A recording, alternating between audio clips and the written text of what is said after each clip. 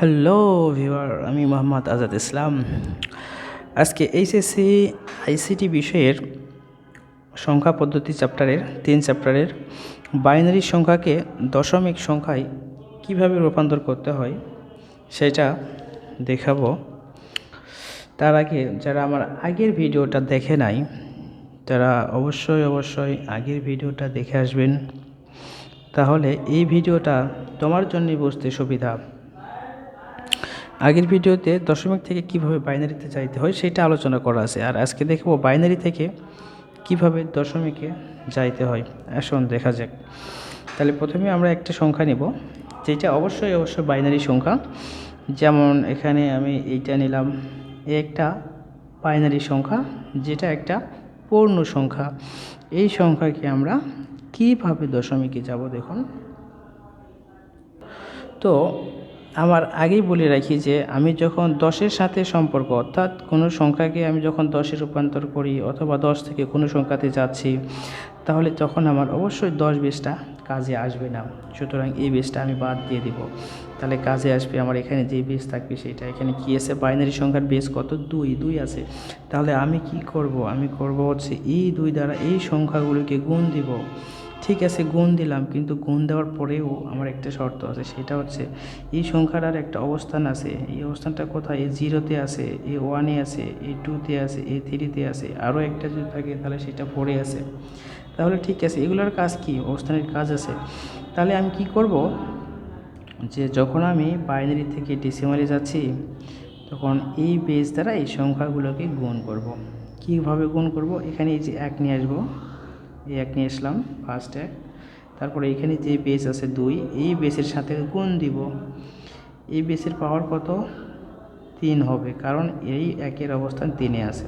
তারপরে আমি পরের 1-এর জন্য প্লাস দিব, এখানে পরের সংখ্যাটা লিখব, গুণ দিব এই বেস, এর অবস্থান 2-এ আছে।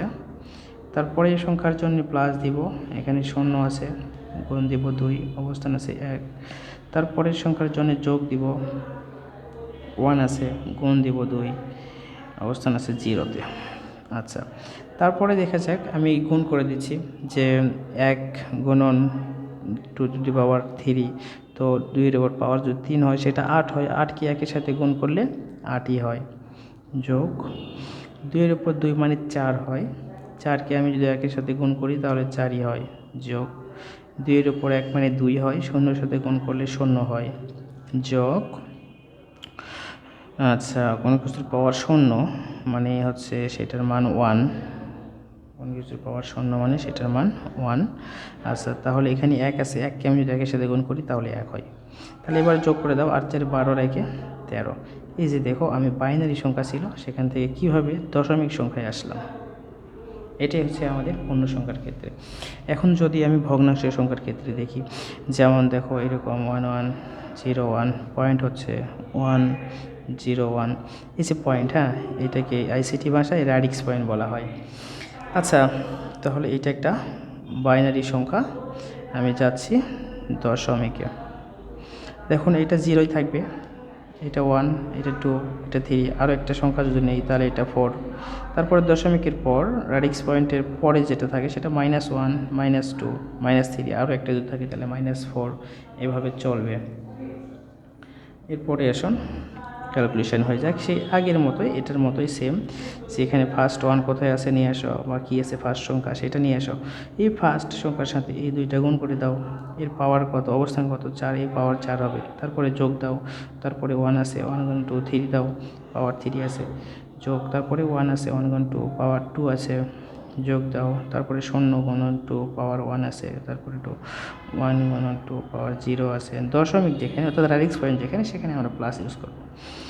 1 গুণন 2 এখানে -1, প্লাস 0 গুণন 2 এখানে -2, প্লাস 1 গুণন 2 এখানে -3। এখন আমি যদি ক্যালকুলেশন করি তাহলে এটা 16 হচ্ছে, 16 গুণন 16ই হয়। এটা 8, 8 গুণন 8, যোগ 4, 4 গুণন 1 4ই হয়, যোগ এটা 0 হয়, যোগ এটা 1 হয়, যোগ এটা হচ্ছে, দেখো এইটা মানে হচ্ছে আসলে এই যে এইটা 2 টু দি পাওয়ার -1 মানে হচ্ছে আসলে এরকম হাফ, আর হাফ সমান আমরা লিখতে পারি 0.5। তাহলে আমি এখানে যদি ক্যালকুলেশন করি 0.5 গুণন 1 তাহলে 0.5ই হয়, প্লাস এটা শূন্য আছে তো শূন্য গুণন শূন্যই হয়।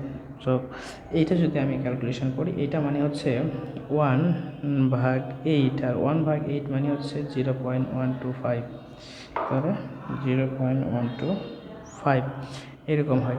আমি সবগুলো যদি যোগ করি তাহলে দেখা যাচ্ছে 16 × 8 = 24, 24 × 4 = 28, 28 কি 29, তাহলে আমি এখানে আগে 29 লিখবো, 29 নাকি এই দুটো যদি যোগ করা হয় 625 হচ্ছে।